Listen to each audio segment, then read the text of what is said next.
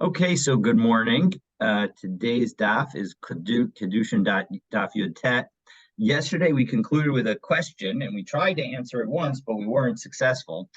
And the question is, does Yiyud, again as a reminder, Yiyud is the act of marriage done by the owner of a Ama Ivriya, a Jewish maidservant.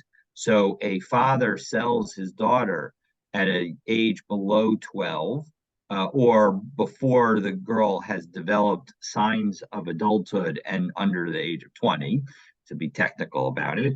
And the purchaser has the option to marry her or to marry her off to his son.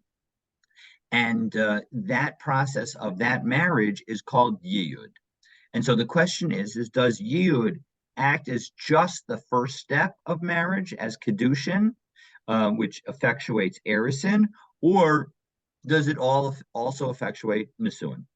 We tried to answer it once yesterday by a brisa that we had cited previously, and that's why the Gemara, particularly brought this discussion here, although of course the discussion is about different kinds of Eved Ivri, Jewish slaves, and so as a result it fits in the context. But we rebuffed the answer and said no, it doesn't have to be a proof that Yiyud is just Kiddushin.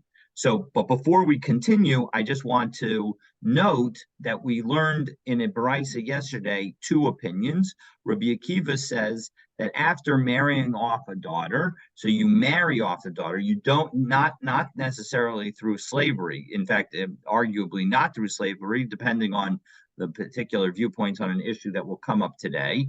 You marry off the daughter, and the father's not allowed to sell her again, and not allowed to sell her as a Jewish maidservant. Now, of course, how in the world is he going to sell her, given the fact that she's married off? Well, the point is that either the husband dies or the husband divorces her, and does so before the process of nisuin, because if they actually go to nisuin, the last step of marriage, well, then she's going to leave her father's jurisdiction forever, and so that is not going to be a situation where the father will ever have the right to sell her again.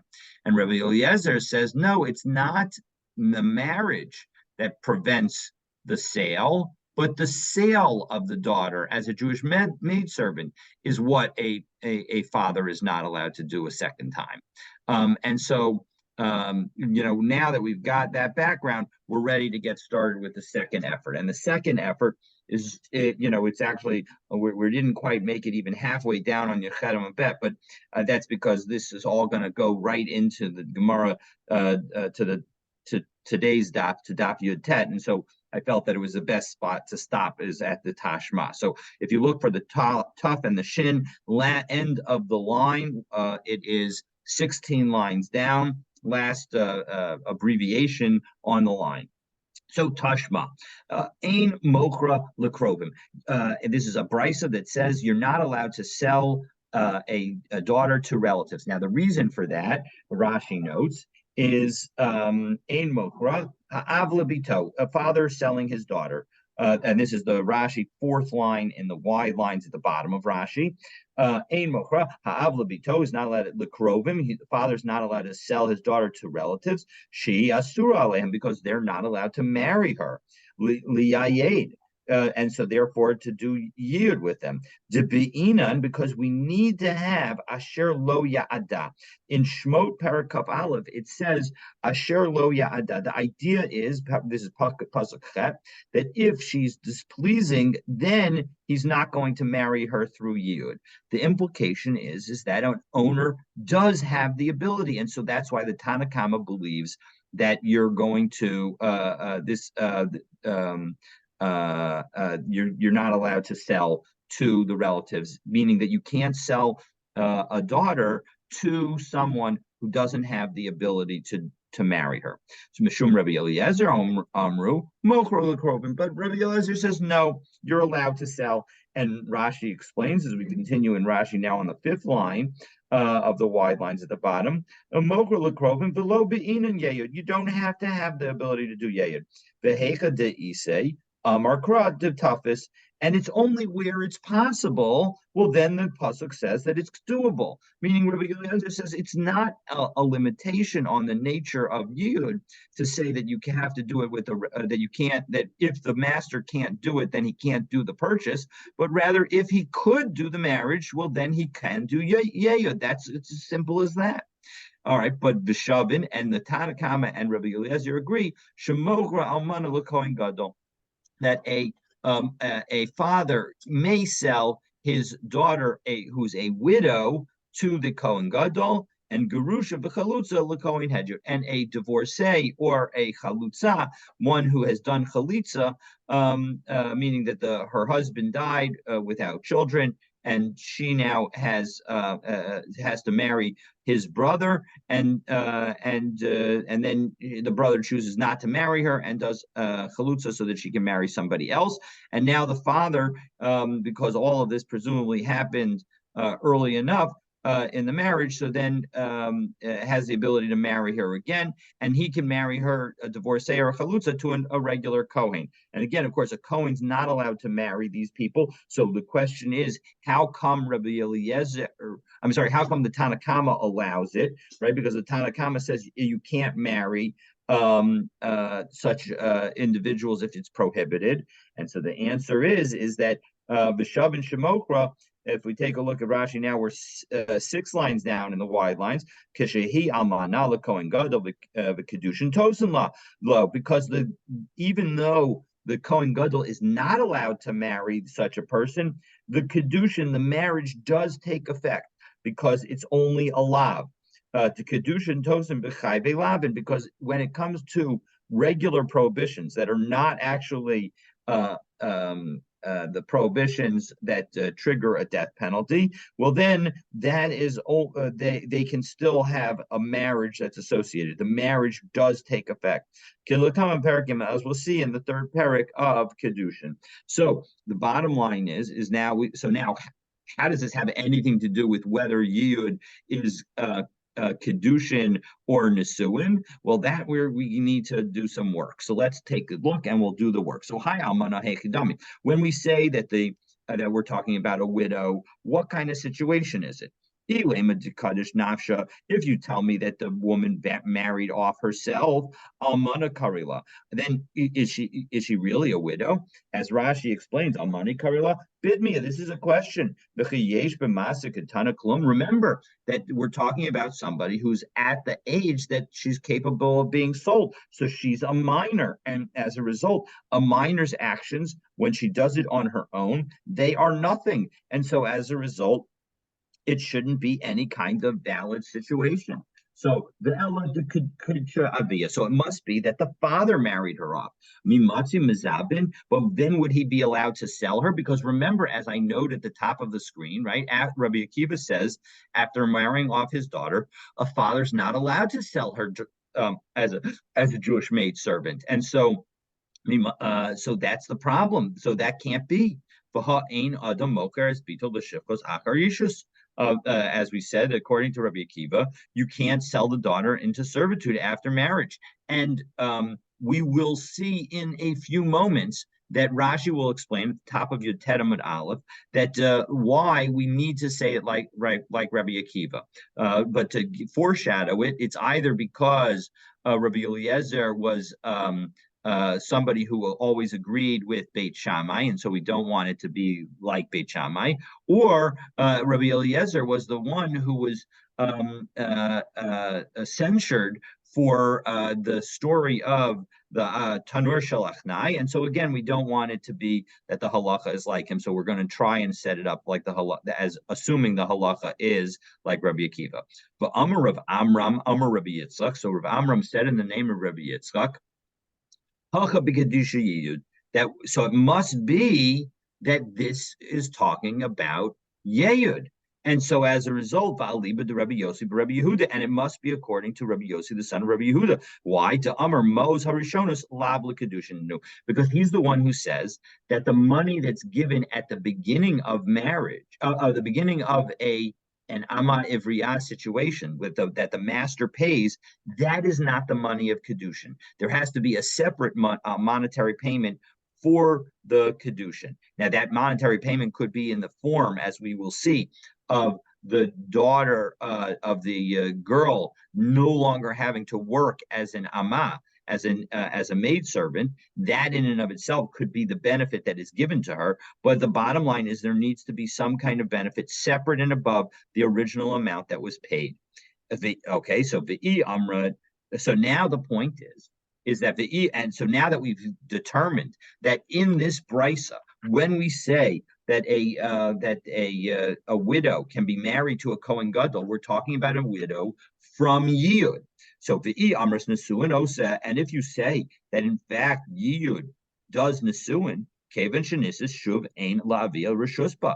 In that situation, the girl is fully married and her father loses all jurisdiction over her. So it can't be that Yiyud affects Nisuin. So it must be that Yiyud does not affect Nisuin and it is only Kiddushin. So that is our proof. Now, though, the Gemara asks, 1 second, the Elamai, Irisin osa v'shavin shemokra ha'ein adam mocher as bita l'shifchos achar ishus. Well, 1 second. What was the whole foundation of your comment that it had to be yiyud? It was because we were talking about a situation where there was a widow, and we know that there's a concept that the widow can't be sold after marriage. Well, 1 second. If that's true, Elamai Islach Lamemer. So you wanted to say shiny Arison Didam Arison Davia, that there's a difference between when she does the Arison, meaning when she does Yiyud. If in fact it was her decision, because of course as we said, we're following Rabbi Yossi, Rabbi Yehuda, so it wasn't the father's original sale to her that was the Kiddushin, but rather it was some later moment in time that effectuates the Kiddushin, and so it's not the father, and that's why we're going to differentiate. And when Rabbi Akiva says that a father's not allowed to sell off his daughter after he marries her off, we're talking about where he did the marriage. But when she did the marriage on her own, he would be allowed to. Well, then afilu temin nisuin oseh. Why don't we say that even with respect to nisuin? Maybe you don't actually have a proof that Yeyud doesn't do nisuin, because after all, let's assume that Yeyud does nisuin and she does it on herself, and so as a result we'll say that because she did it herself, the father will still have the ability to sell her. So shiny nisuin didam and nisuin davia, and we'll just say that the marriage of nisuin, the full-fledged marriage of nisuin for her that she does for herself, that's going to be different than when the father does it for her. Well, 1 second. And as a result, maybe our proof of Yeyud equaling Kiddushin is false. So no, how could you possibly try and make that comparison? Because Bishlama, Erisin Shiny, with the two kinds of Erisin, when she does it and when he does it, that's clearly different. Because if we take a look at Rashi, Bishlama, Erisin Shiny, De'ikala Maimer, the third line from the bottom, now second line from the bottom of Rashi, De'ikala Maimer, we can say, Av Kapid Kra, that when the pasuk says that the father's not allowed to marry off his daughter again, based on the fact that to sell his daughter based on the fact that she was married previously, that it's specifically on the father, that he shouldn't be able to sell her after he marries her off. The Kavan Dahani Kedushin Lab Ihu of it. But when it comes to the Yeyud Kedushin, which the father doesn't do, based on the concept of Rabbi Yossi, Rabbi Yehuda, because who does it? She does it herself, because it's not the original money of the sale of the daughter when she's sold first. It's rather a second moment in time that the master husband is going to do the act of yiyud and cause her to be married. So nitan lo rishus lamokra. So as a result, when she does it herself, when she marries off herself, so then she will be allowed to be sold again if she ends up back in the father's jurisdiction.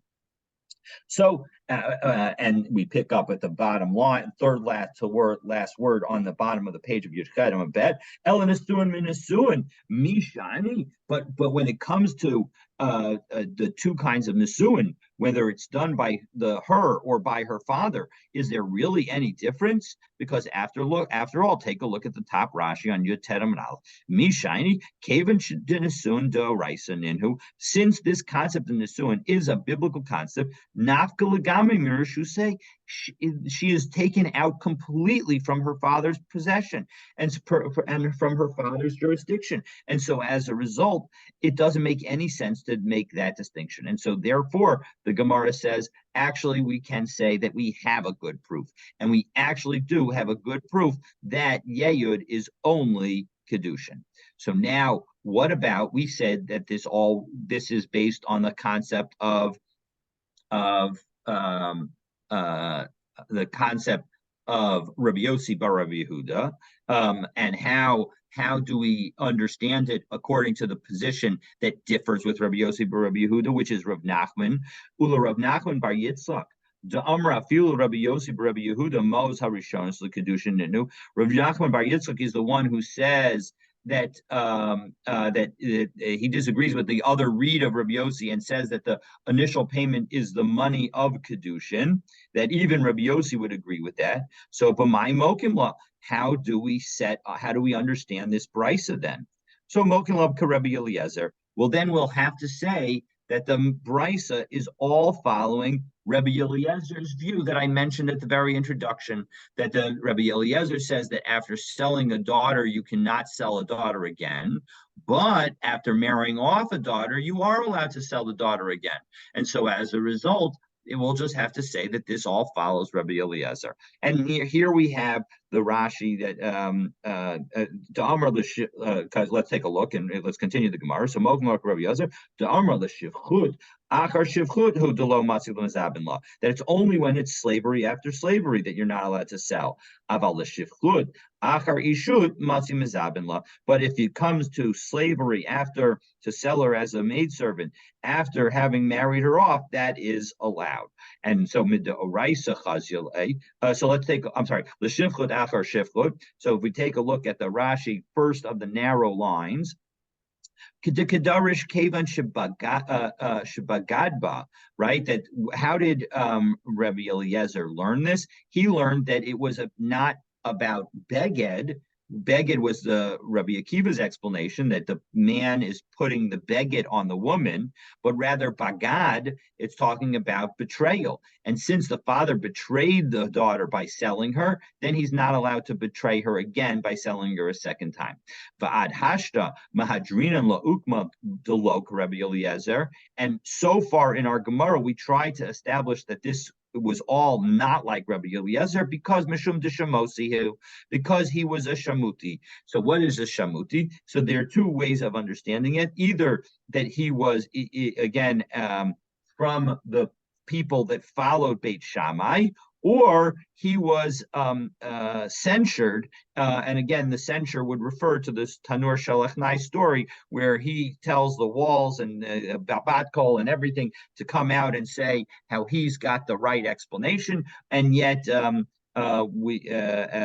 yet all the rabbis disagree with him, and he refuses to surrender to their majority position, and therefore he is censured. Okay, so that's the story. And again, bottom line is we've concluded that Yiyud equals Erusin / Kiddushin, at least with respect to the view of Rabbi Yossi, Rabbi Yehuda, that says that the money that is originally paid by the master to purchase the girl as a Jewish maidservant, that original money is not the money of Kiddushin, and that is not the moment of Kiddushin. And we're going to look at that in more detail very shortly. So, but before we do, Reish Lakish has a question.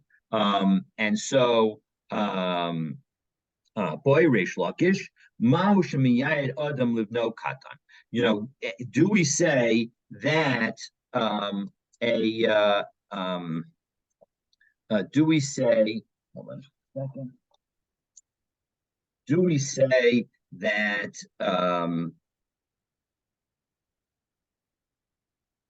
write myself a note. Do we say that a man is able to marry the slave, the Jewish slave girl, off to his son who is a minor? So that's the question. So Beno Amar Rachmana, do we say, look, the Torah tells us that he can do it to his son, and obviously even a minor son is a son. So Beno Koldahu, so it doesn't make a difference what his age is. Oh, Dilma Beno Dumya today. Or do we say that no, when we say it's his son, it has to be similar to the father? Mahu Gadol, Af Beno Gadol. So we'll take a look. So just as the father's an adult, so too must the son be an adult. So Amar Rabbi Zera Tashma, Ish Prat Lekatan. So it says when it comes, we're now quoting a brisa that relates to adultery. And what do we say in this brisa? We say that in order for somebody to be subject to the prohibition, he's got to be a man, an adult. So asher af es eshes ish, who commits adultery with a man's wife, frat la eshes katan. And so just as we say ish means an adult earlier, it also means an adult when it comes to the who is somebody, a minor's wife. And so a minor's wife is not subject to adultery liability if she engages in adultery.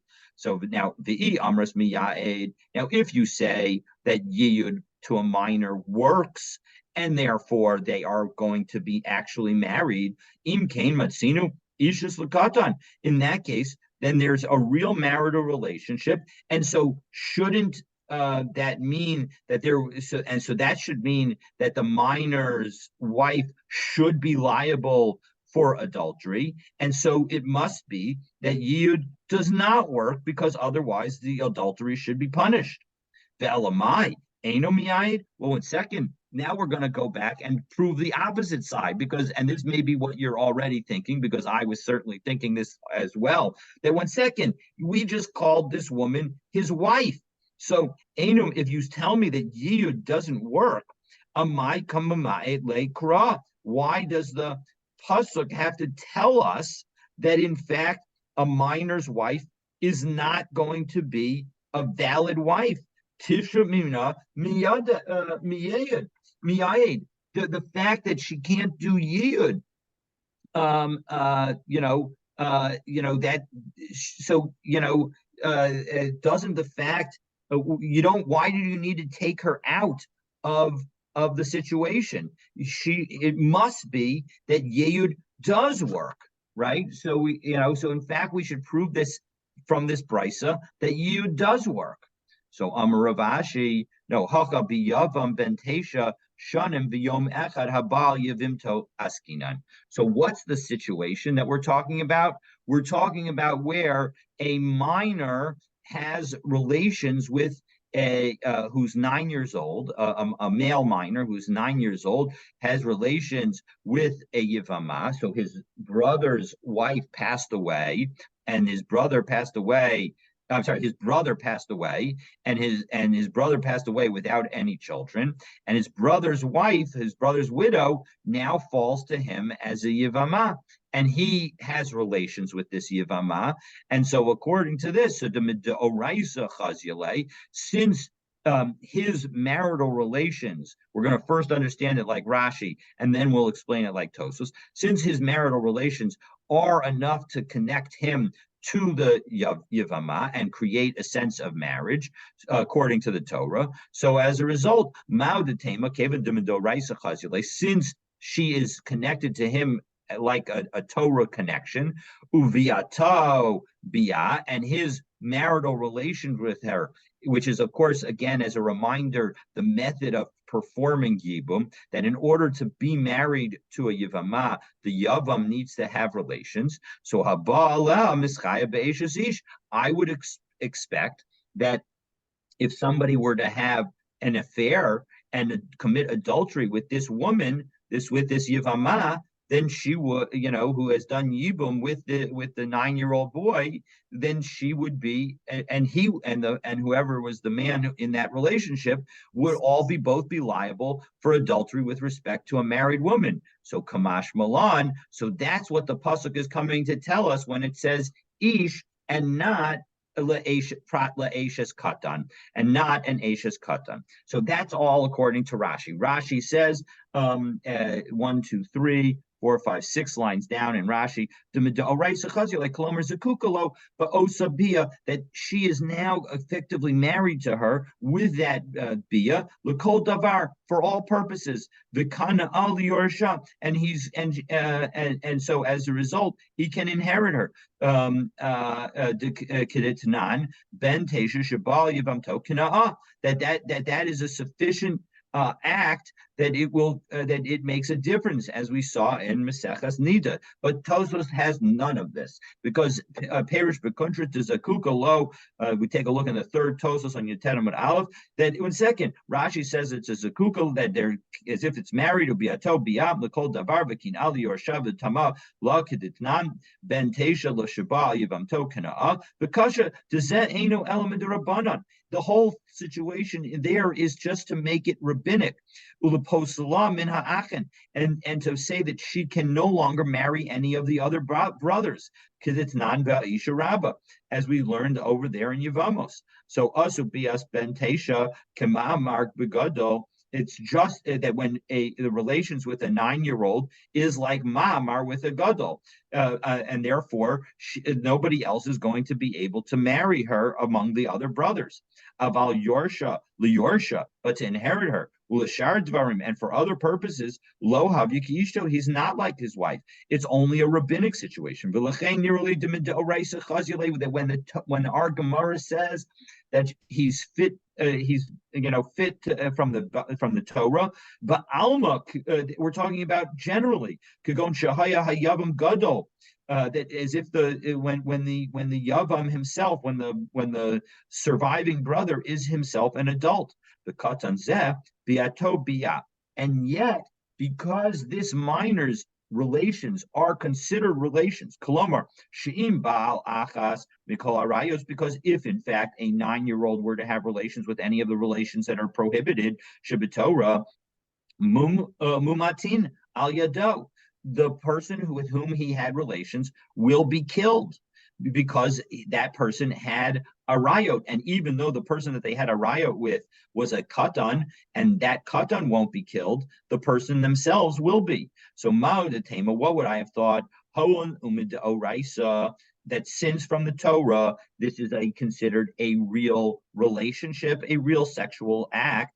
Kolomar ilav haikra dema'ate. If not for this pasuk that said Ashes ish, to exclude the Ashes of the katan, Havamina, I would have thought that even from the Torah she's considered like his wife.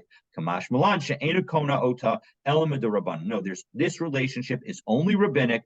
Kedamrin ba'alma, as we saw over there in Maseches Yevamos. Asu bias ben tesha kema'amar begadol. So Tosfos concludes that completely differently from Rashi, and says it's not, in fact, a biblical relationship. And of course, we can understand why Rashi goes with his explanation, because the Gemara here specifically says it seems certainly that the easier read of the Gemara is to say that the lay, to him, is to the minor, and so that's why we can understand that those both positions. As is often the case, Tosfos uses Gemaras elsewhere to help us further clarify the situation here. Okay, so the bottom line is we've got an understanding that that it seems like so we've actually concluded that we have no proof one way or the other with respect to Yiyud at the moment. So my Haviola. So in that case, what's the decision? What's the answer? So Tashma. So we're going to learn a brisa, and it's going to be a brisa that Rav Ivu is going to teach us. So or Rav Ivu is going to be the Tana in the brisa. So Rav Ivu. What does Rav Ivu say? Rabbi Yanai. It says in the name of Rabbi Yanai.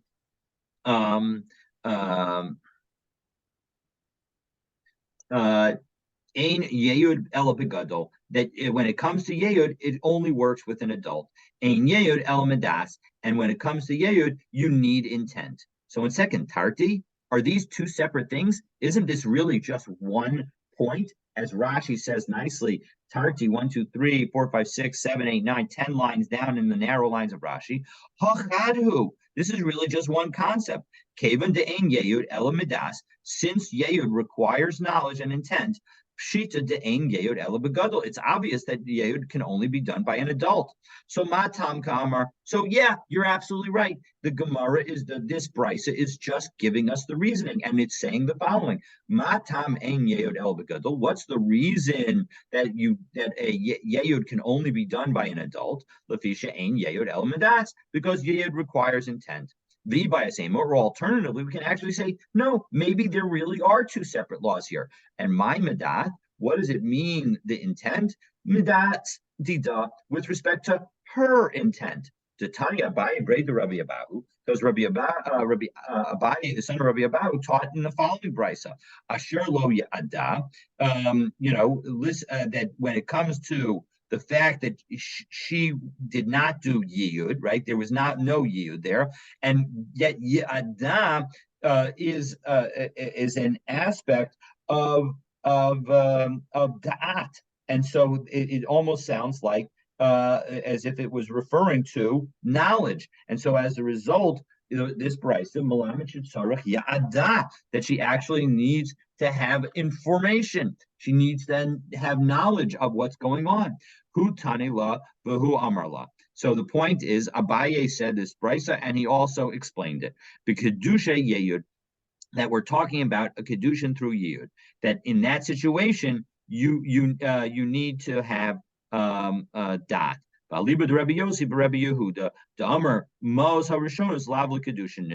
we're all following the concept of Rabbi Yossi and the son of Rabbi Yehuda, who says that the original money is not the money of Kiddushin. And so as a result, the moment of Yiyud is when she needs to have consent, because that moment of Yiyud didn't involve the father.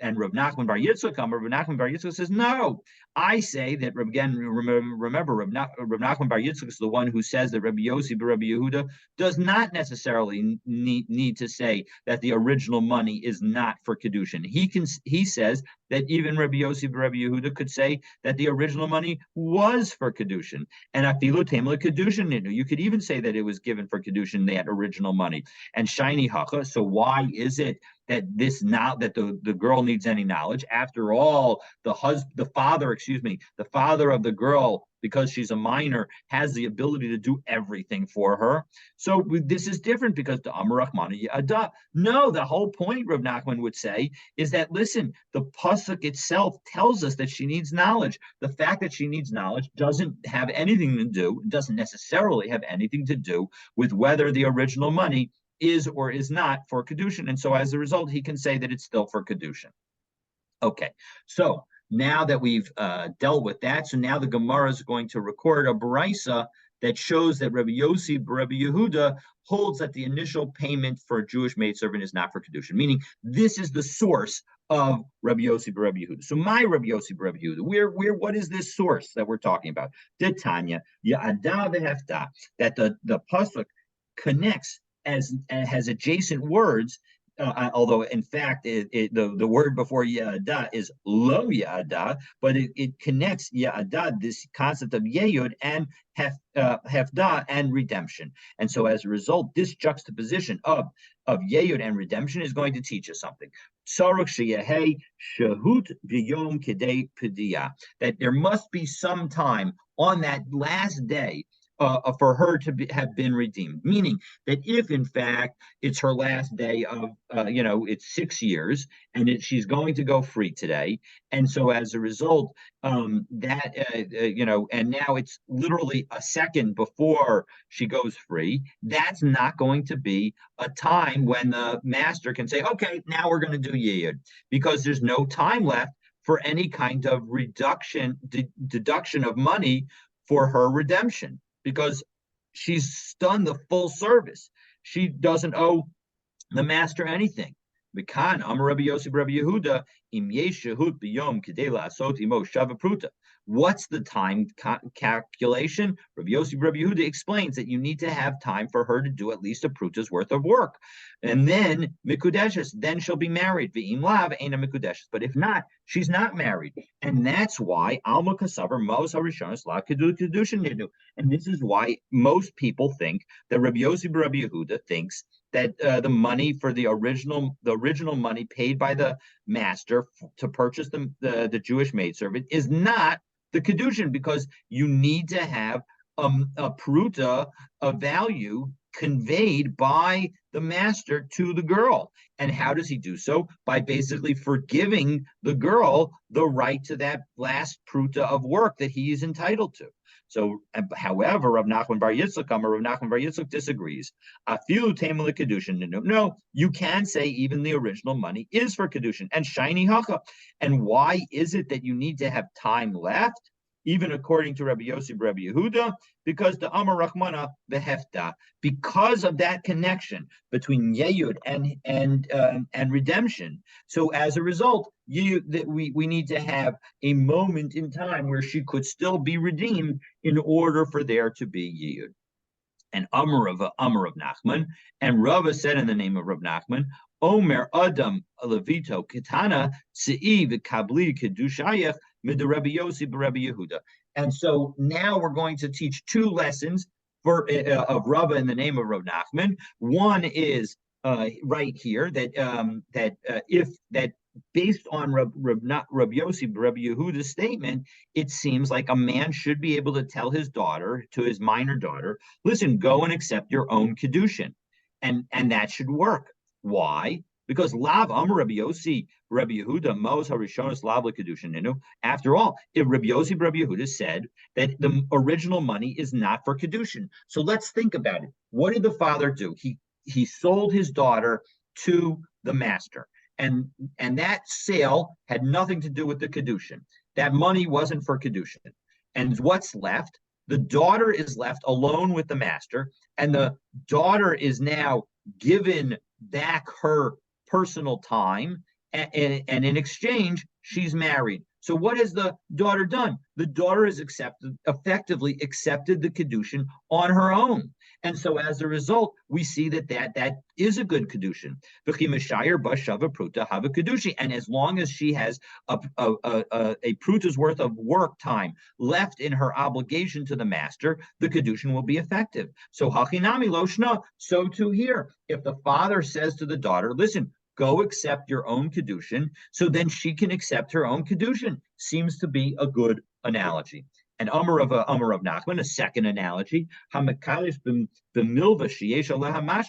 if the husband wants to marry a woman, if a man wants to marry a woman where the woman has borrowed money and has provided collateral, and he wants to marry her by forgiving the loan, mikudeshes, then they are married. Mid Rabbi Yossi Rabbi Yehuda, again because of the concept of Rabbi Yossi Rabbi Yehuda. And why? Because Lav Amar Rabbi Yossi Rabbi Yehuda, Mos Harishonos Lav LeKiddushin, right? The original money was not for Kiddushin. Similarly, the original loan was not made for Kiddushin. And now, what's the concept? The concept is that in the situation where she's the slave, Hi Halvahi, we're talking about a debt where she owes him money. Vihi gufa mashkon, and she herself is the mashkon, is the collateral, because she's going to work for it. And so as a result, that's similar to the situation. And what does the master do? The master forgives the last little bit and effectively gives back the collateral to the girl. And so too here, we are going to say, and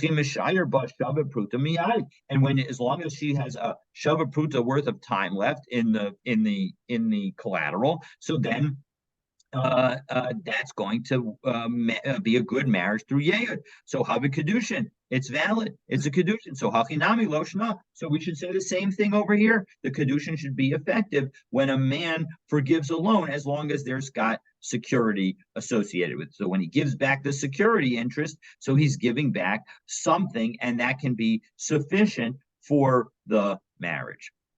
Okay. So now that we've learned all that, so now the Gemara is going to quote a brisa that includes Rabbi Yossi Rabbi Yehuda's statement that yud must happen when the Jewish maidservant can still perform a pruta's worth of work.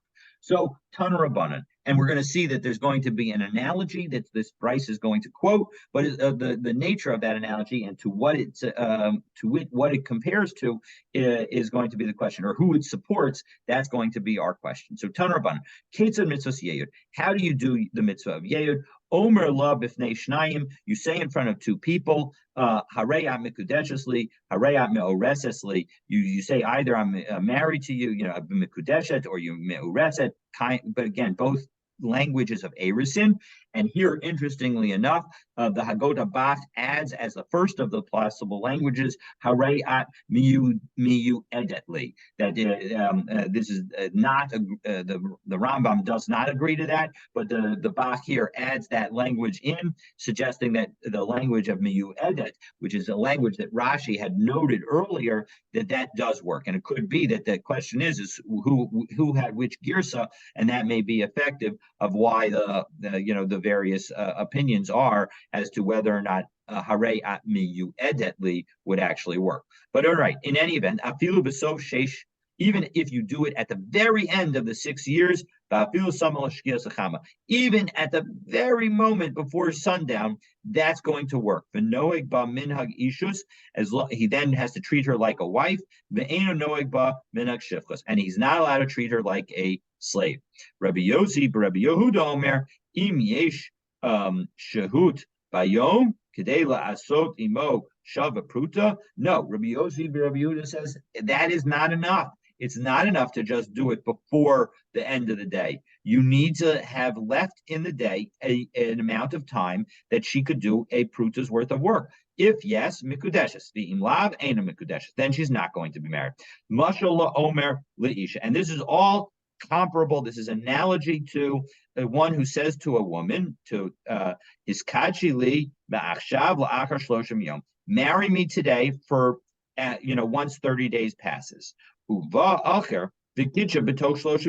now somebody else comes and marries her within the 30-day period. She is married to the first person, not to the second person, because the first person said that it starts now.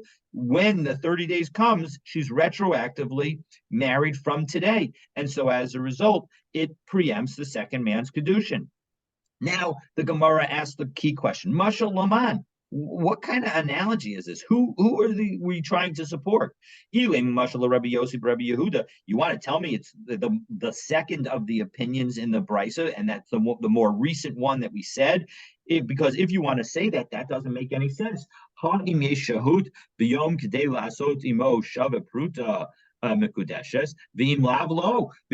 Rabbi Yossi, Rabbi Yehuda says only the first one will be married only if there's enough time left.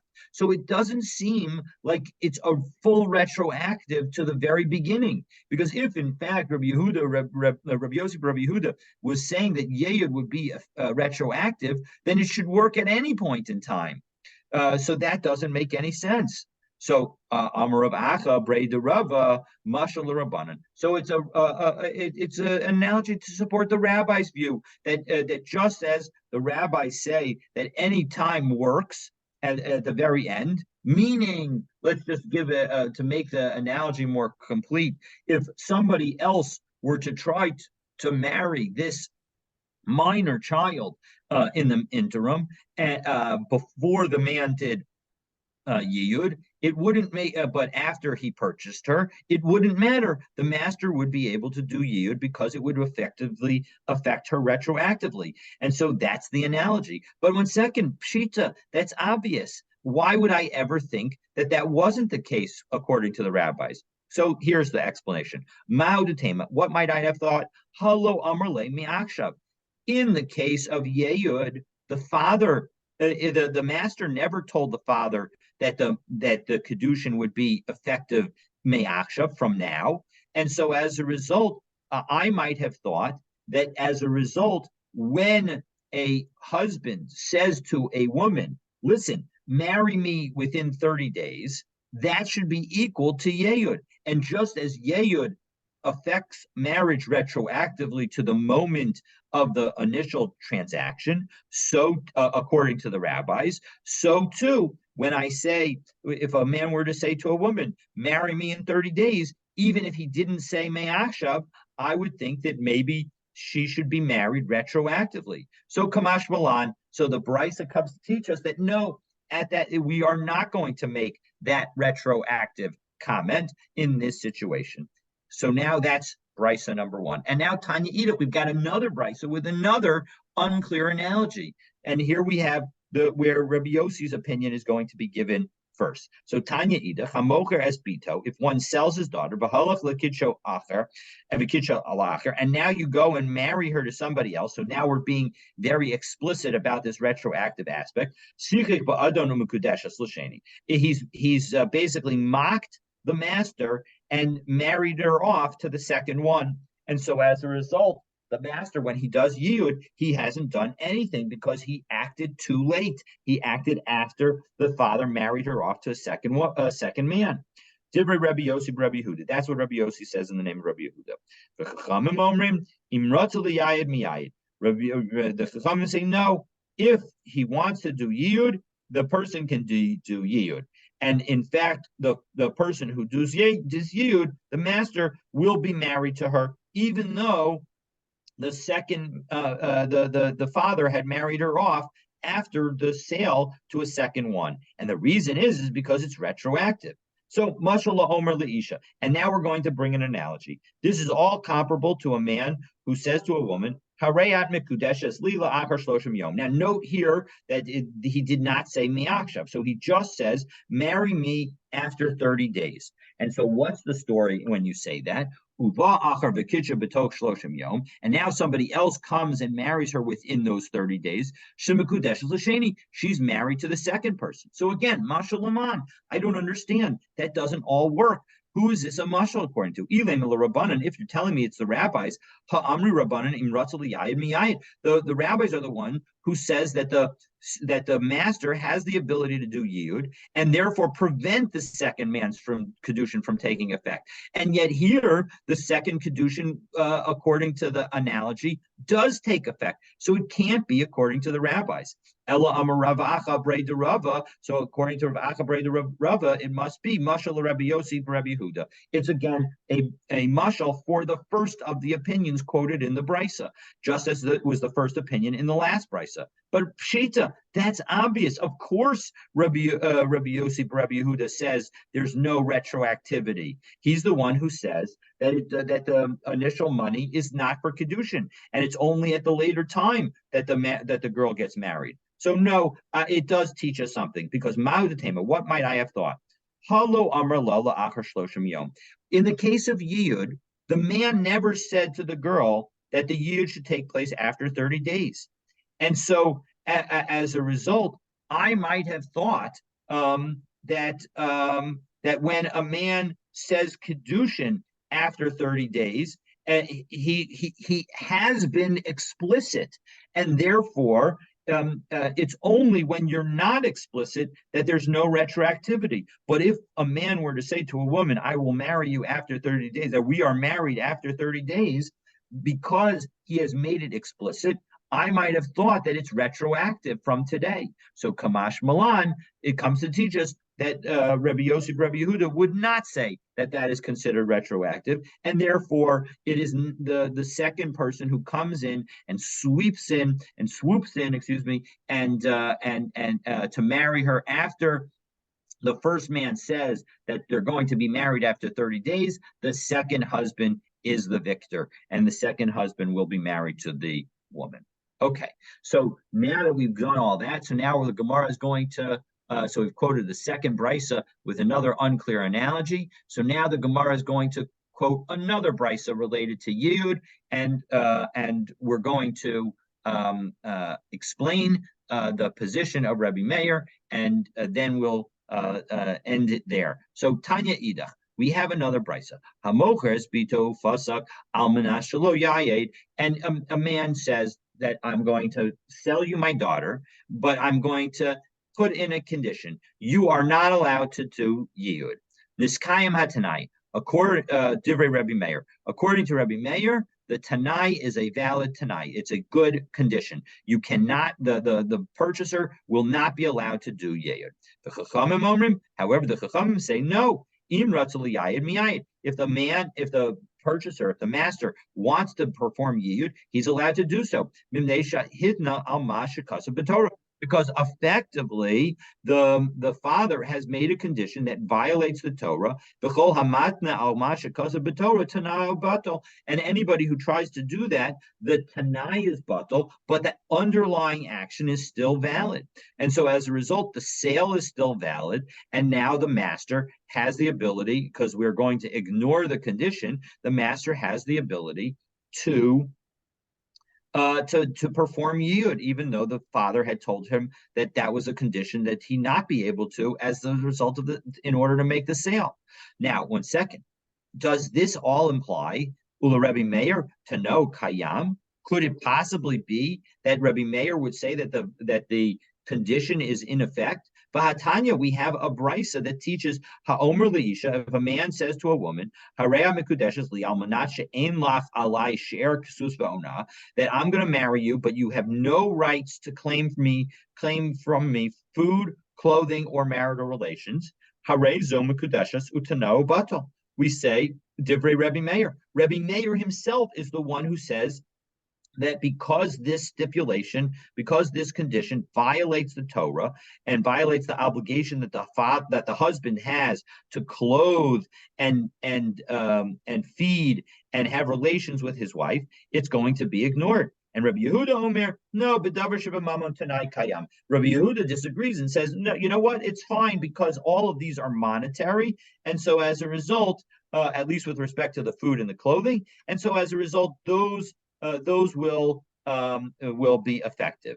When it comes to relations, that would not be, but when it comes to the monetary things, we're going to allow it. So, 1 second, Rabbi Meir is explicit that we don't allow conditions that violate the Torah, and yet here in the brisa, with respect to the stipulation that the father say that the master's not allowed to perform yiyud, he allows that stipulation. How could that be? So Amar Chizkiah explains, Shiny Hacha, this case of yiyud is different because the Amar Kra le'ama. The point is that when it says to it says in Shmot Parak of Aleph Pasuk Zion, V'chiyim kor ish espito le'ama lo tetzei kitzeitza abadim. That when she goes out, when a man sells his daughter as an ama, it doesn't mention anything about yiyud. So the point is, pa'amim she'enu mokra ela la'ama bilvad. This highlights that when he sells her, she could be sold simply as a maidservant, as a female Jewish slave. And so as a result, that shows that is why Rabbi Meir says that this condition is valid, because it doesn't actually violate the Torah. Okay, well, 1 second. If that's true, and now we've learned a lesson from this word li'ama, and we know how Rabbi Meir uses it, as the Gemara naturally does, it wants to understand what the Chachamim do with that word. But for that, you are going to need to stay tuned for tomorrow's daf to see how the Chachamim use the word le'ama. So I wish you a very wonderful Shabbos, Shabbat Shalom. Look forward to continuing our learning together next week. Next week, God willing, I will be in the building all 3 days. But of course, we will also be available on Zoom. Thank you, Rabbi. Good Shabbos. Shabbat Shalom. Bye-bye. Good Shabbos.